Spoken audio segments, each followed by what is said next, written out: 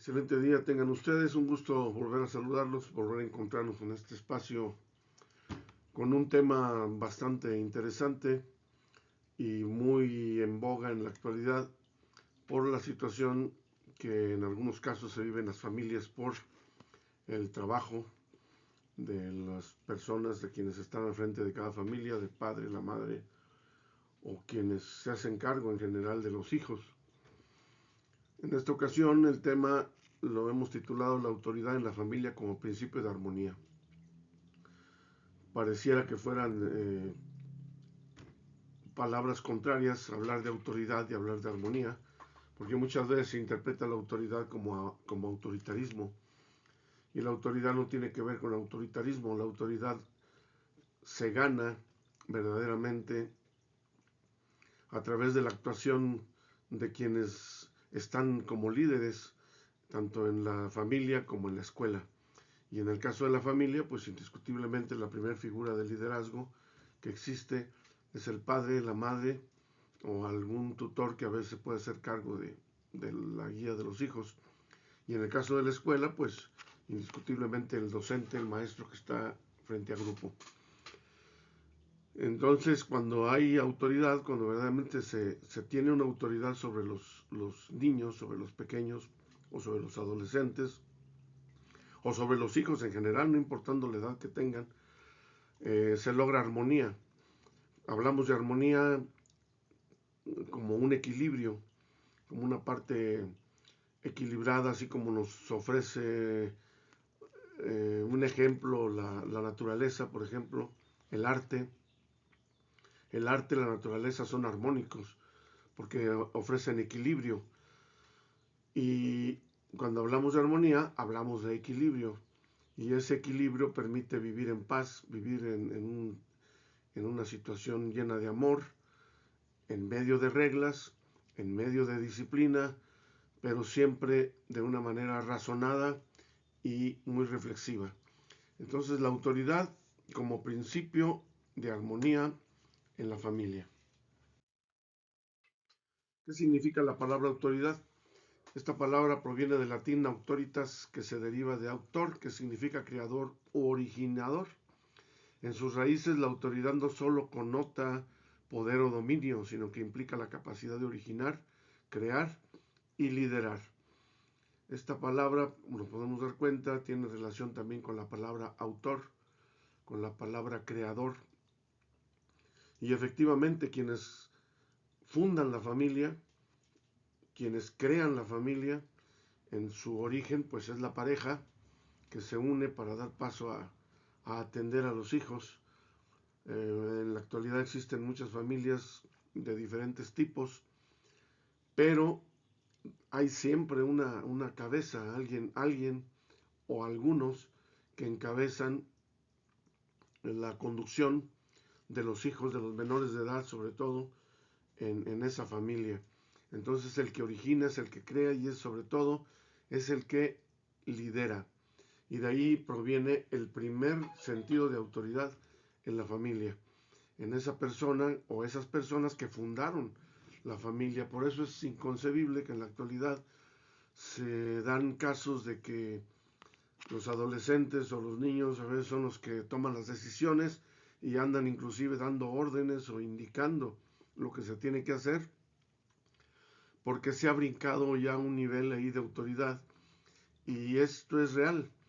Hay un principio que habla en psicología, en sociología, que habla de que cuando hay un hueco en el liderazgo, en quien ejerce el liderazgo en ese grupo, ya sea familiar, escolar, de trabajo, de labores, etcétera, si el que debe de ejercer la autoridad no la ejerce, va a venir alguien y la va a ocupar.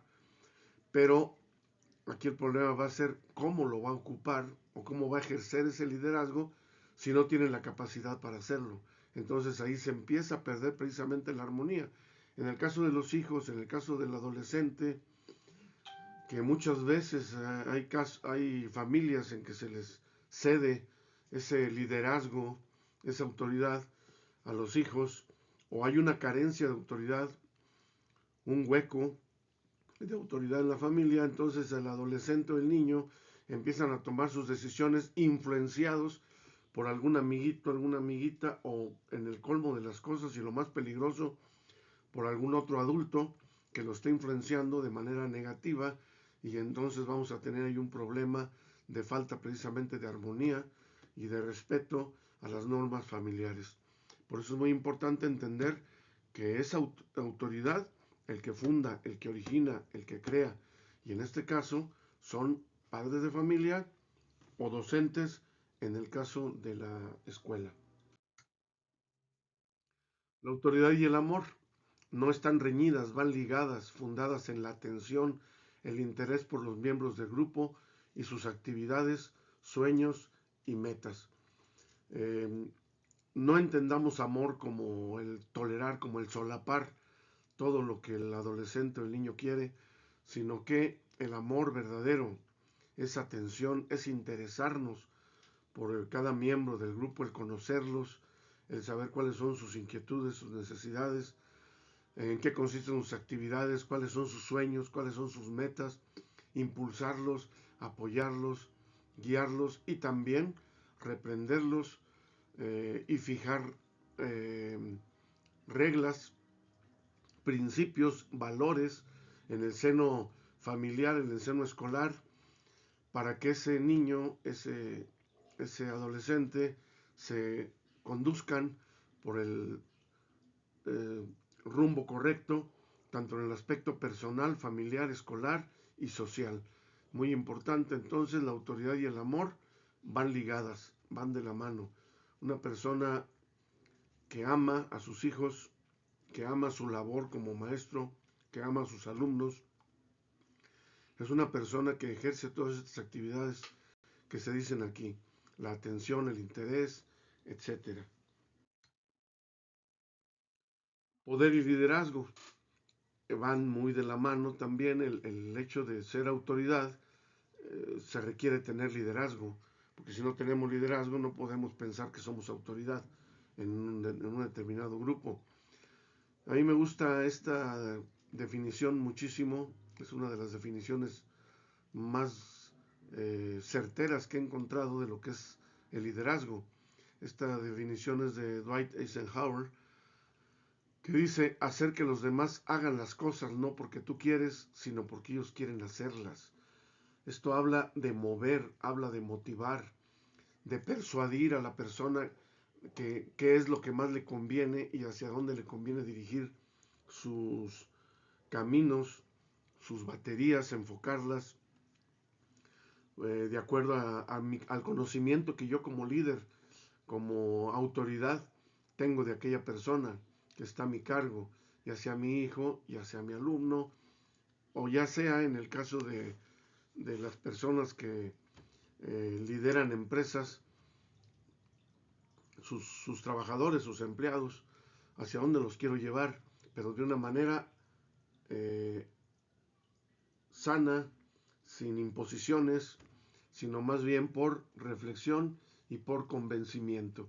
Esa es la verdadera labor de un líder y de una persona que tiene autoridad.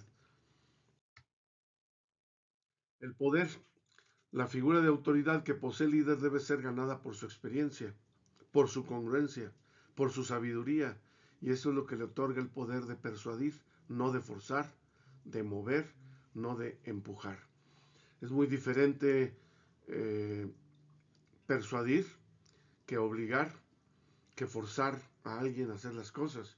Es muy diferente provocar que alguien se mueva a hacer algo por gusto, porque está satisfecho con lo que hace, porque la autoridad de ese líder le está estimulando, le está motivando a hacer las cosas correctas y de mejor manera, pero siempre apegado a principios, a valores propios del grupo en el que se está desenvolviendo. Ese es el verdadero poder. El poder se basa en la congruencia, se basa en la experiencia y se basa en la sabiduría. La sabiduría no precisamente viene solamente de los libros, claro que es bien importante, muy importante leer, pero proviene también de la capacidad de observar el mundo que nos rodea, de tomar ejemplos positivos y negativos de lo que pasa a nuestro alrededor para hacer lo correcto y no hacer lo que no se debe de hacer. No se necesita, por ejemplo, en el caso de un vicio, eh, probar el alcohol hasta envilecerse para saber que el alcohol hace mal, porque ya hemos observado a personas que están en esa situación y a través de la observación vamos adquiriendo sabiduría para nuestra propia vida, de lo que sí y de lo que no se debe de hacer. Y eso habla de sabiduría, habla de experiencia y también de congruencia. ¿Por qué no? Porque la congruencia es el predicar con el ejemplo a los jóvenes o niños que están a nuestro cargo. Características de la autoridad en la familia. Comunicación y diálogo. Es importantísimo que haya comunicación, que haya diálogo para que la autoridad efectiva, basada en ese diálogo, eh, genere empatía con nuestros alumnos, con nuestros hijos. Dice aquí, la autoridad efectiva se basa en el diálogo constante con los hijos, explicar las decisiones y normas de manera clara y comprensible ayuda a que los niños entiendan y acepten las reglas.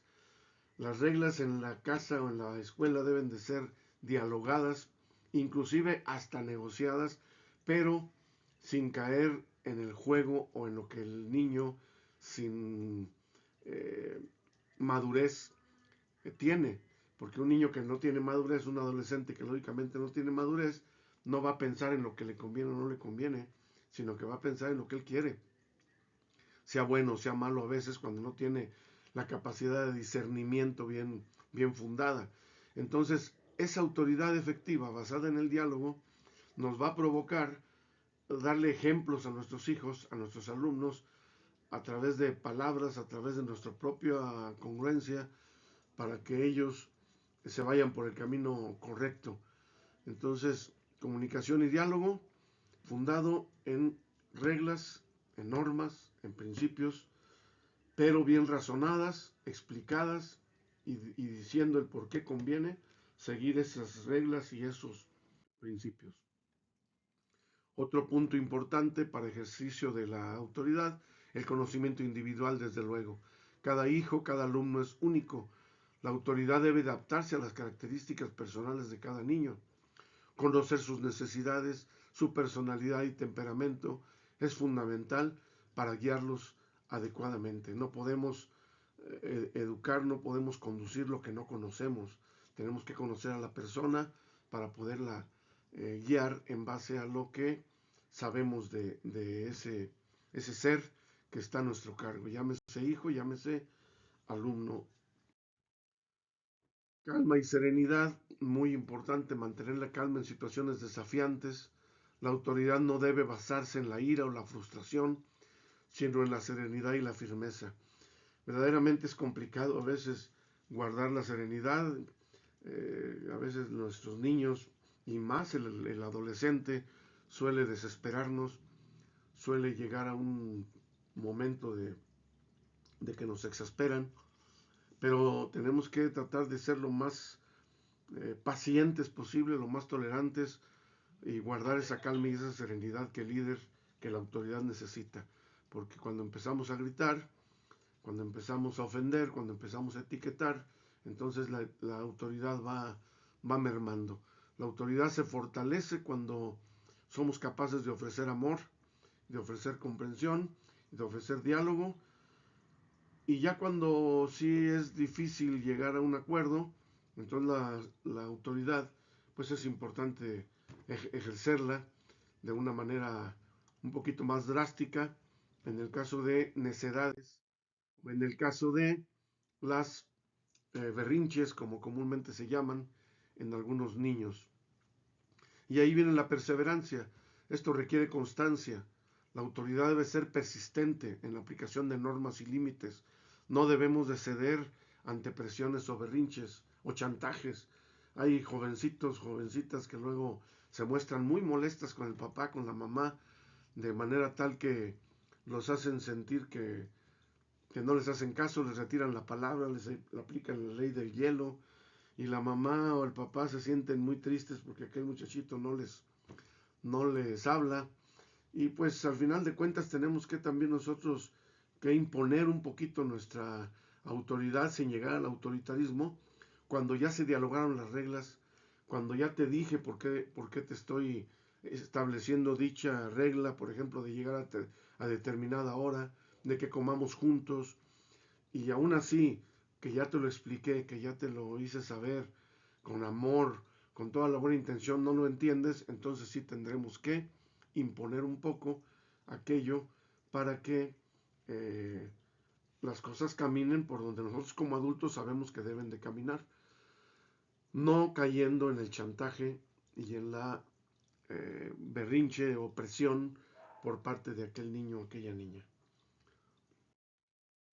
El ejemplo personal, desde luego, ya lo habíamos mencionado en diapositivas atrás, los padres son modelo a seguir, la autoridad moral se construye a través del ejemplo.